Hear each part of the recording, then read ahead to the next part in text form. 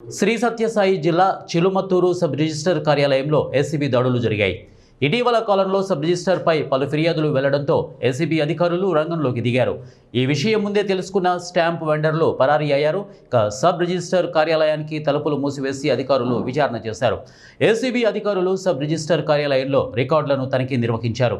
ఇంటి స్థలాలు, సాగు భూములు క్రయ విక్రయాలకు వచ్చిన వారిని, కార్యాలయంలో పనిచేసే వారికి లంచాలు ఇస్తున్నారా అని ఆరా తీశారు.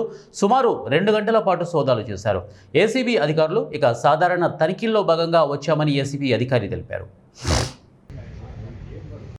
నా పేరు జయమ్మ అండి. నేను అనంతపురం ఏసీబీ ఇన్స్పెక్టర్ని. దయచేసి మీరందరూ కూడా మీడియా మిత్రులు కోఆపరేట్ చేయాలి. మాకు పై అధికారుల నుంచి వచ్చినటువంటి ఉత్తర్వుల మేరకు ఇక్కడికి పంపించారు.